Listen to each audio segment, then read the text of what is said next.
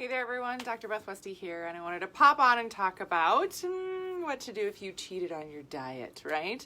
For a lot of you, you may have been trying to shift and change your nutrition, do some things that are healthier, all this stuff, right? Yes, of course.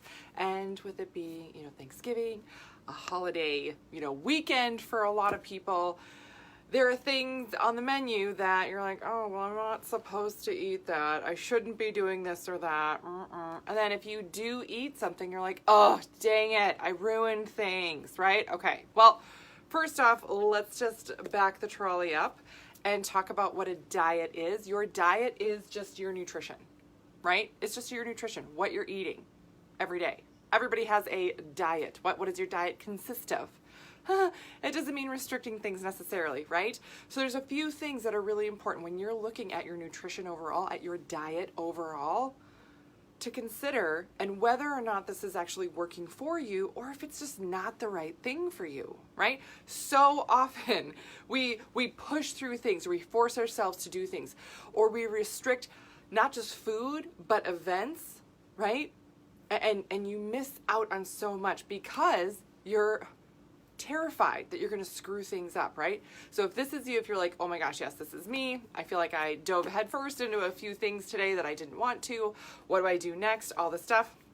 There are some things I'll talk about at the very end to consider, right, that are safe and healthy and don't lead you on a downward slope, we'll say.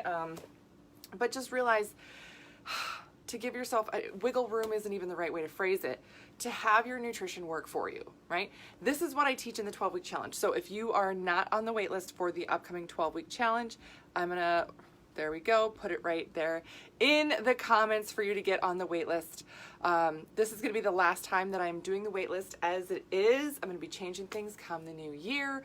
So registration opens December 18th. The registration link is only sent to people on the wait list. That's why you want to get on that wait list. And then we start right away in January, just hitting the ground running, working with your body and your hormones. Now, here are some things to really think about when you're looking at your overall diet, right? How you're eating on a day-to-day basis, how you're fueling your body and your nutrition, right? First, is it sustainable? Are you doing something right now, how you've eaten this whole week, right? Is this something that works for you and you can keep up with, next week, next month, next year? Right? Again, oh my gosh, this happened this week. I chatted with a gal who she was eating only between 1,100 and 1,200 calories a day. That was her wiggle room. Yeah. 1,100 to 1,200 calories a day, working out 6 days a week, and hadn't lost a pound in almost 2 years. And she couldn't figure out why. I was like, yeah, because you're completely running your body into the ground. Holy cow, right? That is not going to get you anywhere, obviously, right? And that's also not sustainable, right? How did she get to a place where she's eating 1,100 to 1,200 calories a day? Because it started with going from 1,800 calories to 1,500 calories.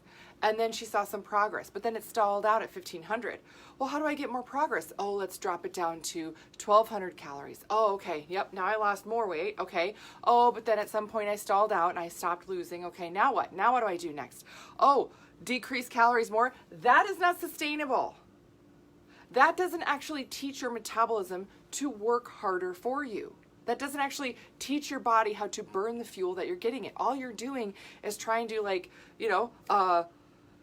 cook the books essentially on how your body's working, right? But your body is smart. Your body is adaptable, right? It will acclimate to what you're doing, right? This is why we've always, people talk about this. Don't do the same workout every single day. You don't go to the gym and get on the elliptical and do that every day all the time because your body's going to, what? Adapt to it. That's right. Yeah. So you're not going to burn as many calories, which makes sense, right? It is the same thing for your food and nutrition, right? Amy, 1,100 calories, I would not be a happy person. Me either, right? I was like, 1,100 calories. Oh, I get that in before lunch. Jeez. Right? Oh my gosh, yeah. Literally not a sustainable thing. Not a sustainable thing. And it doesn't help you work with your body in any fashion at all, right? So first off, if what you're doing, is this sustainable? If not, no. Just, right, you're going in the wrong direction. Right? You're following things hoping that something will magically happen, but really your body gets depleted, you get exhausted, and you're just kind of tanking your own metabolism. So again, get on the wait list for the next 12 week. These are all things that we help turn around. The next piece here is making sure that any type of nutrients that you have coming in your body, that they're working with your body and your hormones, right? It's really, really important that if you have a cycle, or even if you're beyond that, if you're in perimenopause, menopause, that you are working with your body and your hormones. So much shifts and changes in your body week to week throughout the month that it's essential that you're working with these things. Now, I do have more information. My book, The Female Fat Solution, this is on Amazon, tons of great resources here about how to eat for your hormones and nutrition. And then I have a whole other book, The Female Menopause Solution, also on Amazon. Again, great resources in here for how to eat for your hormones and your cycle and beyond, right? Game changer, complete game changer in terms of the results that you're getting. In fact, I chatted with somebody, was it this week? Was it this? I think it was this week. It was in the past couple of days. She had gotten my book, right? And I share these stories with you just so you understand, like, yes, this does make a difference, right? She had gotten the book, she started eating for her hormones, and it was just over a month. And she got on the scale again, and she was like, oh my gosh, I have to tell you, I lost 3 pounds. Like, doing nothing else different but eating for my hormones. Is that right? Am I crazy by thinking? Nope. That's how powerful your hormones are for your body and system. Yeah. The next piece here, that your diet and nutrition, it should shift with stress. I've done some videos. Let me know if you guys want me to dive into this more, because this is a whole other ball of wax here, talking about the nutrient needs of your body when you're under stress. When your system's under stress, it's going to need more vitamins, minerals, nutrients, all these other things, proteins, all that stuff. If you're not supplying that with your system, it's going to see it as a depletion and have a negative repercussion because of that. So these are all things we teach you in the 12-week challenge, so get on the wait list right there. The other piece too is that you should feel satisfied, right? It's not normal, right? And it really messes with your brain and your hunger and satisfaction cues if you expect your body to just be hungry all the time, right? Again, not sustainable. That's not sustainable, right? You should have points where you feel satisfied. You feel nourished. You feel good. If what you're doing and how you're eating does not make you feel good, it's not going to be good for you, right? It's as simple as that. There's a lot of science that I could talk about that's behind that, but essentially it's something like, yeah, that kind of makes sense, right? Yes, it does. Yes. The last piece here is that your nutrition should be something, again, it should ebb and flow with your hormones, with your life events, holidays, all of this, so that you enjoy what you're doing, right? I've worked with women where they're like, yeah, I'm terrified to eat off plan. I'm terrified to eat a bite that's not, listed in my meal guide. Women who prep their own meals and bring them to holiday functions with other family because they won't eat anything else because they don't know how, did they use too much butter on this? Right? Do you know, that's so exhausting. You're putting your energy towards all these things that aren't really leading you forward, right? And then you don't get to enjoy it, right? Part of eating, part of, nourishing our bodies is, yes, for the actual, nourishment, fueling of our bodies, but also is to enjoy it.